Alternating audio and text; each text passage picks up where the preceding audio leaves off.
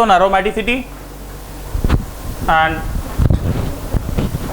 we're going to start with a different reaction mechanism today, where we will be generally talking about aromatic compounds. To take down, we start with electrophilic substitution.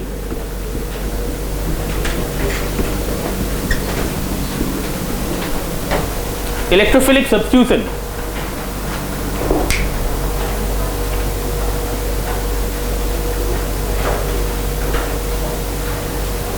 And let me give you a simple basic example. Benzene reacting with bromine in presence of say AlBr3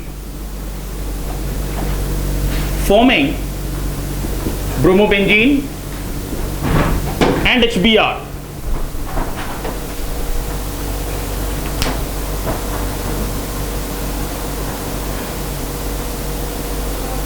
You might call it bromination of benzene.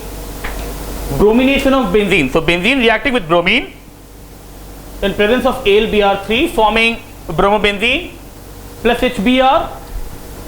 Also, you start with C6H6, which becomes C6H5Br.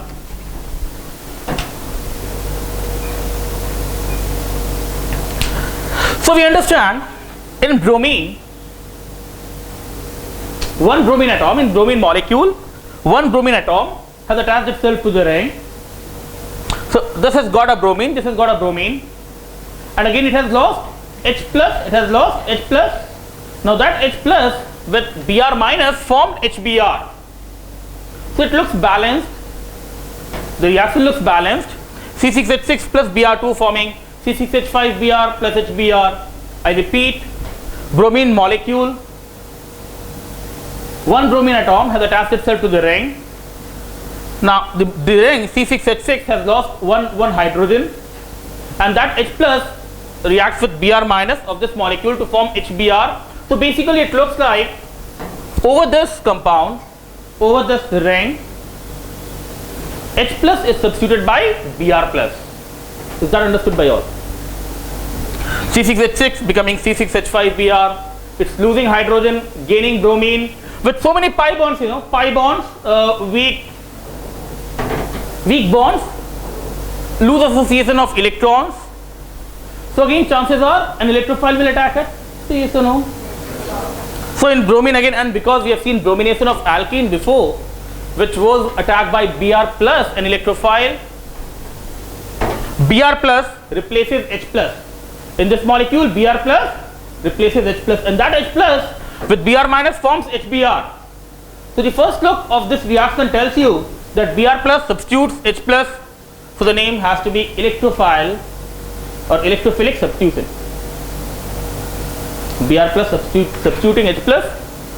So it's like an example of electrophilic substitution. Fair enough? But it's going to be very different from the general bromination of alkene. When it comes to bromination of alkene, we know it's about having a bromine solution which is colored dark red bromine water, and alkene, a hydrocarbon, is it's passed through the solution. So when it's a general alkene with bromine forming a dibromide, although we have known this reaction completely, we know about the regiochemistry and stereochemistry, three-membered ring, bromonium ion. Basically, bromine from the solution, it clings to the carbon atoms around the region of unsaturation, and the solution, it loses its color. So this is bromine water getting decolorized. Bromine water getting decolorized. And we have seen the mechanism of this reaction. Because bromine attaches itself to the carbon atoms around the region of unsaturation, it's also a test of unsaturation. It's also a test of unsaturation, a very common simple reaction to perform. I repeat, in a solution of bromine water which is colored, you will pass a hydrocarbon which is unsaturated, and you will find the solution losing its color, bromine water getting decolorized. It doesn't happen that easily with benzene. It doesn't happen that easily with benzene. Although benzene possesses degree of unsaturation 4, 1 for the ring and 3 for the 3 pi bonds. Still, If you allow benzene or an aromatic compound or an aromatic molecule to pass through a bromine solution, there is no change in color. So it doesn't get brominated that easily like alkenes or alkynes. A solution of bromine water, you pass benzene through it, there is no change in color, no formation of bromobenzene. Who will tell me why?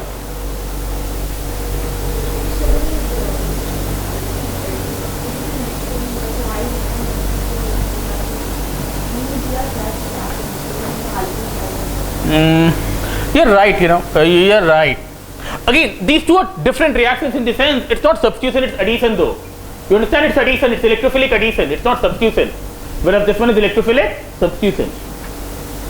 So these are like two different questions. One, why electrophilic substitution and not addition? Two, why doesn't it occur instantly? Now, I want you to answer the first question first. Why electrophilic substitution and not addition? Yes, true. Yes, true. If it undergoes addition, which is Br plus and then Br minus, then it loses a pi bond. In electrophilic addition, this pi bond is saturated. Now, benzene cannot afford to do that because it's a stable molecule, because it's aromatic. Because it's aromatic. Aromatic molecules have extra stability. So it doesn't undergo electrophilic addition. That also happens to be a trait of aromatic molecules. It will not undergo electrophilic addition, rather it will go electrophilic substitution. यार light Gulo on होबे ना एक बार of करो on करो तुम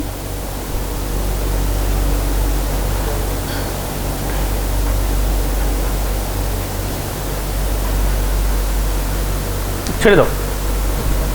So you understand the reason this is electrophilic addition whereas this is electrophilic substitution is because यहाँ पे addition होगा, then a pi bond will get exhausted and the aromaticity will be lost. The aromaticity will be lost. So it gets an electrophile and then it loses an electrophile so that the aromaticity is retained. Aromaticity is retained. And I was telling you this fact. This is another trait of aromatic compounds, aromatic molecules, that it will prefer electrophilic substitution over electrophilic addition. Because in electrophilic addition, the aromaticity will be killed. We move on and we get back to the second question now. Passing benzene through bromine water, there is no change in color, it doesn't occur instantly. Maybe the reason is the same. Although it contains, 3 pi bonds, which is tempting for an electrophile, but these pi bonds are in resonance. These pi bonds are in resonance, so they are delocalized. Also, it's a stable molecule. Now, if it's more stable, it's less reactive. Aromatic compounds are going to be less reactive than aliphatic counterparts generally, because aromatic compounds are more stable. They are generally less reactive than the aliphatic counterparts. So it's going to be less reactive, and it's not going to react with bromine right away. If you recall the mechanism, all right, even in this case we needed Br plus, but that Br plus was automatically generated from bromine molecule, whereas benzene being a more stable, less reactive molecule will need a ready-made electrophile. It will need a ready-made electrophile. If you recall the mechanism in this case, bromine molecule was itself providing for Br plus, but not in this case. Benzene being less reactive, I repeat, will want a ready-made electrophile, and this is where AlBr3 plays a role. This is where AlBr3 plays a role. The mechanism proposed is AlBr3 or similar molecules, because around aluminium there are 3 bonds. The 3 bromine atoms around aluminium, there are 3 bonds. So the octet is incomplete. The octet is incomplete. I hope all of you are following me. In AlBr3 or similar molecules, FeBr3, AlBr3 or FeBr3, it's going to be surprising. Suppose you have bromine water solution, you're passing benzene through it, there is no change in color, nothing's happening. If you drop an iron nail into it, If you drop an iron nail into the solution, you will find bromine water will lose its color. So their iron, forms FeBr3, and then FeBr3 catalyzes the process. And how it catalyzes the process is the following: AlBr3 or FeBr3, where the octet is incomplete, will act like a Lewis acid. They'll act like a Lewis acid. A Lewis acid is a species which takes a pair of electrons. So AlBr3 might react with bromine,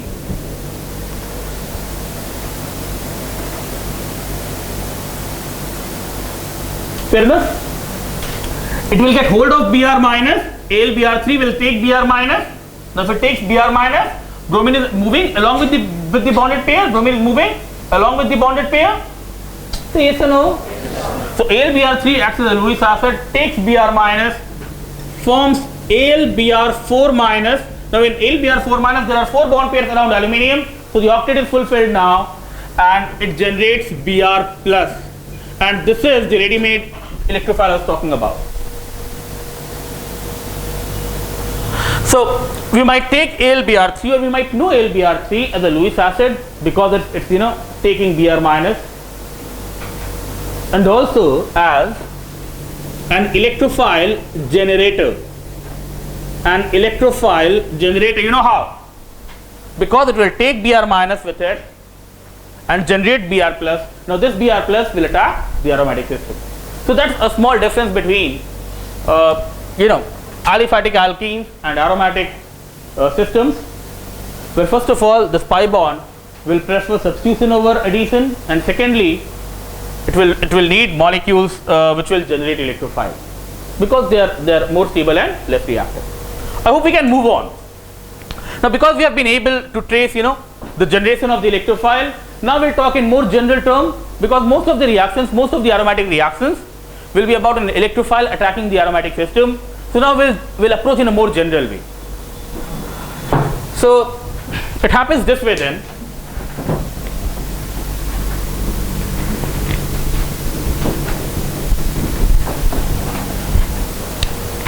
See, you have benzene as a molecule.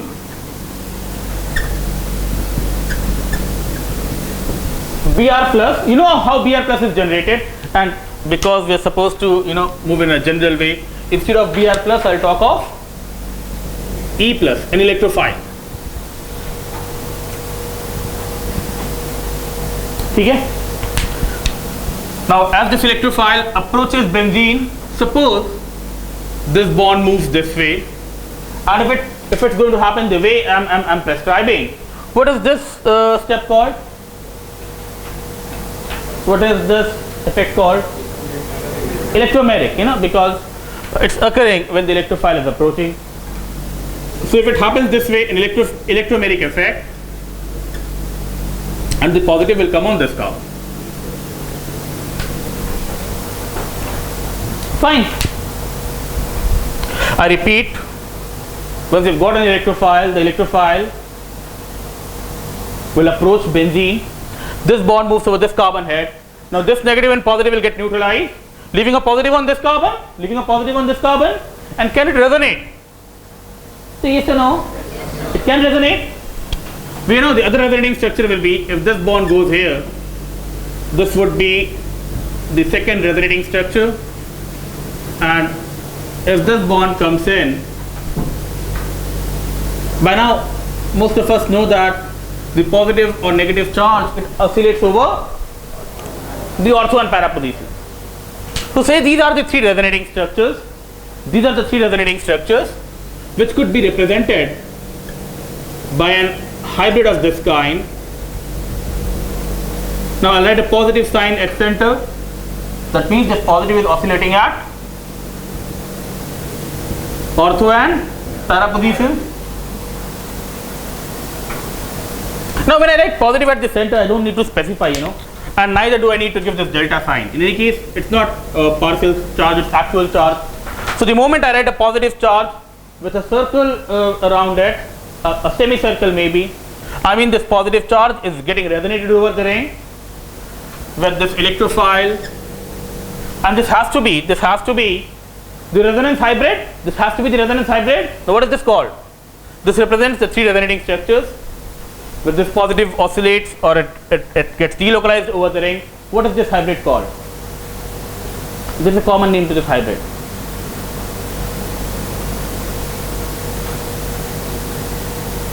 Alright, it's called a sigma complex. It's called a sigma complex or a Wieland complex. It's also called a Wieland complex. It's also given this name, which is Arrhenium complex.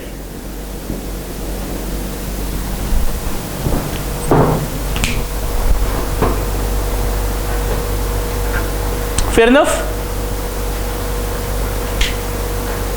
So I repeat, the first step is the electrophile attacking the aromatic compound. The electrophile attacking the aromatic compound, forming an intermediate which can resonance. So I have this resonance hybrid, which I know as a sigma complex, a Wieland complex, or an Arrhenium ion, and it's going to be followed by, certainly the carbon which is getting electrophile will lose hydrogen. It's electrophilic substitution, so it has to lose H plus, and the carbon gaining E plus will lose H plus. Say yes or no? And it loses H plus, so this hydrogen goes without the pair of electrons. This bond comes in, and this would be like the second step of the process. So it's proposed to be a 2-step process. Step 1, attack of electrophile forming a sigma complex. Step 2, loss of H plus,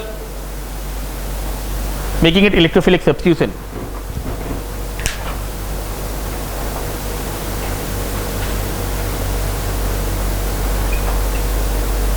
Where again it's proposed that the first step is the slow step, the second step is the fast step. The first step is the slow or the rate determining step, and the second step is supposed to be the fast step.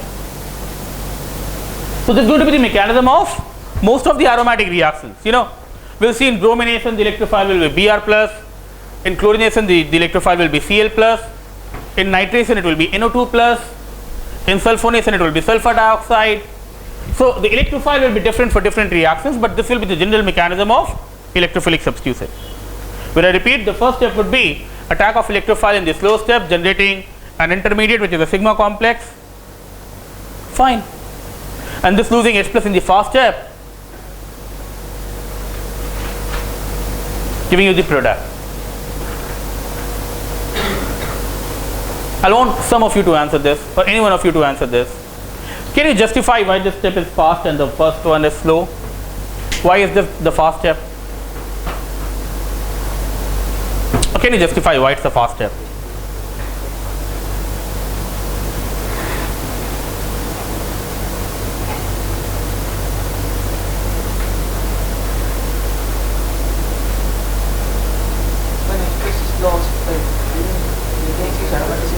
Yes, that's true. Hey, you start with an aromatic compound. You know that the intermediate is stabilized by resonance, but it's not aromatic. Is the intermediate aromatic? No, the intermediate is not aromatic. So it's fine that the intermediate or the sigma complex is also stabilized by resonance, but it's not aromatic. Now losing this H plus makes it aromatic again, the moment you have this bond closing in, it gets back aromaticity. So the aromaticity is retained here.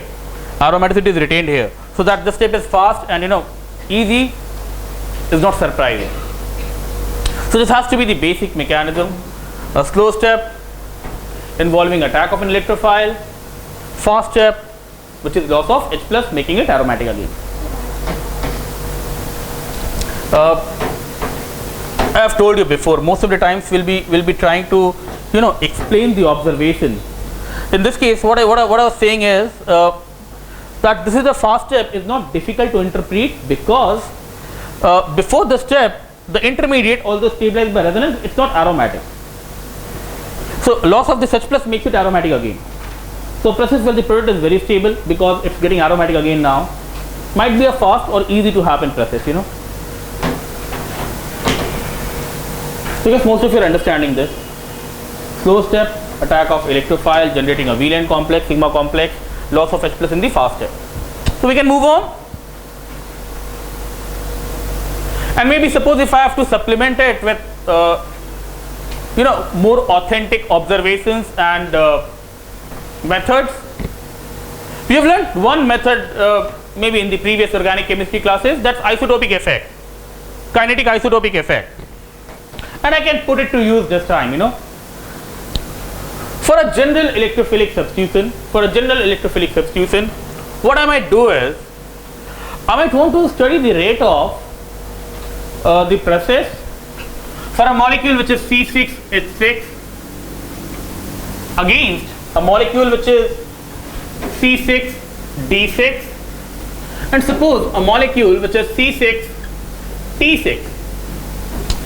We all know that hydrogen, deuterium and tritium are isotopes, and maybe I have told you in the past that a carbon deuterium bond has more bond energy than a carbon hydrogen bond. A carbon deuterium bond energy is more than carbon hydrogen bond energy by say 5 kilojoules per mole. By 5 kilojoules per mole. Fair enough? And I hope you don't have a problem in understanding C6D6, because if you understand C6H6 as benzene, this is how C6D6 will look like, you know, with the same skeleton, the same arrangement of bonds. Instead of 6 hydrogen, you have 6 deuterium. All of you are following me? Now the difference will be in C6D6, instead of carbon hydrogen bond, a carbon deuterium bond will have to be broken. Say yes or no? Yes, sir. Instead of C6H6, if you have C6D6, in the second step, which is supposed to be the fast step so far, instead of carbon hydrogen you have carbon deuterium bond broken, and you know that carbon deuterium bond energy is more than carbon hydrogen bond energy. You also know that this difference in bond energy will matter or will reflect itself in the overall rate of the process only if it's broken in the slow step. This difference in bond energy will be reflected in the rate of the process only if it's broken in the slow step. And you know, the drill which we operate is, we have a Kh upon Kd reading taken, which is the rate constant of a process if a hydrogen bond is there, upon the rate constant of a process if you have a deuterium bond broken. We try to obtain this. Now you know this has to be equal to the rate of the process for C6H6 versus rate of the process using C6D6.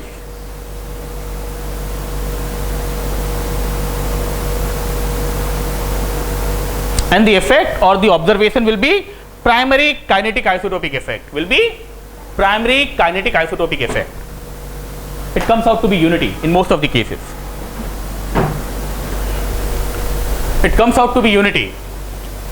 This ratio comes out to be unity. Now it might differ from unity depending upon the reaction. So I'm talking of in a general sense now, you know, proposing a general mechanism. Most of the times the rate of reaction of C6H6 will be the same as C6D6, will be the same as C6T6. It's very important. Note this. And if the rate of electrophilic substitution, most of the reactions are same over C6H6, C6D6 and C6T6, doesn't it mean that whether it's a carbon hydrogen bond or a carbon deuterium bond or a carbon tritium bond, it's not broken in the slow step? Means that only?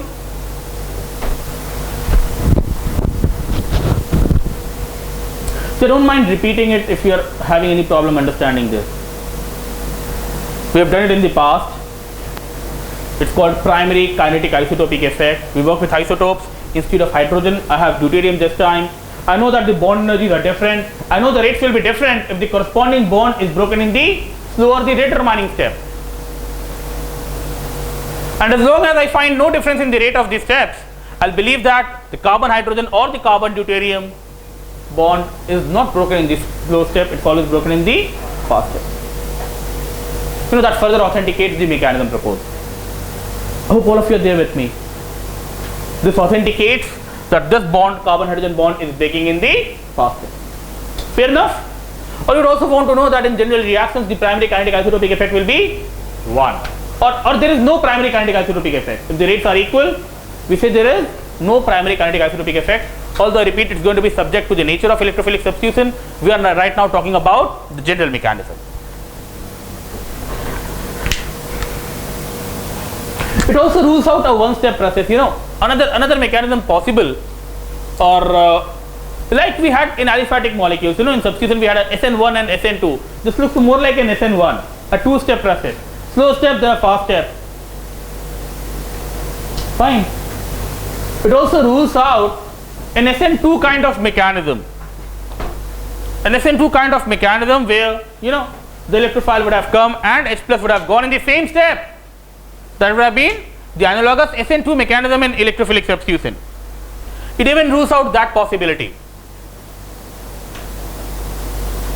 Because if it's a one-step process, that only process has to be the slow process then. So you'll want a more convincing response from all of you. I hope all of you are understanding me. If it's a one-step process, electrophile coming in, a bond made and a bond broken in the same step, then carbon-hydrogen bond has to be broken in the one step. That is the only slow rate determining step. So it also rules out the possibility of a one-step process. It's definitely a two-step process, where definitely the breakage of carbon-hydrogen bond is there in the fast step. We move on.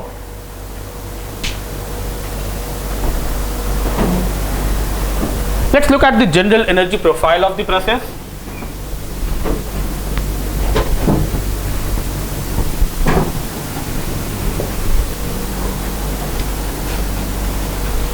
If everything about the mechanism proposed is all right, the energy profile should bear a look like the following. You go about plotting the energy content of the system against the process of the reaction. Because it's a two-step process, the energy profile will have two hills. And again, it's proposed that the first step is slow, so it's going to be a higher hill followed by a smaller hill. By R and P, I mean the reactant and product. It depends from reaction to reaction. If you're not happy with that, I don't mind making it higher, because it's going to depend upon the nature of the product. That doesn't make a difference anyway. So this would be the look of the energy profile. This is how the energy profile should look. A two-step process. The first hill is going to be higher. This hill is going to be higher because the corresponding activation energy is more.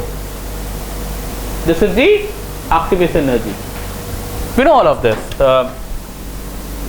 K is equal to A into e to the power minus EA upon RT. We've had these discussions. If activation energy is more, then the value of K is less. If activation energy is more, then the rate constant is less and the process is going to be slower. So this calls for a two-step mechanism where the first step is the slow step because the activation energy is more. The second step is the fast step because the activation energy is less. And this might well represent the energy state of the intermediate. I hope I'm not forgetting the name. This is the sigma complex or the Wheeland complex. So this is the intermediate, the valley between the two hills. It's going to represent the state of the intermediate, which is the Wheeland complex. Let's read this energy profile more precisely and let's understand. For the feasibility of the process, for higher rate and greater yield of the product,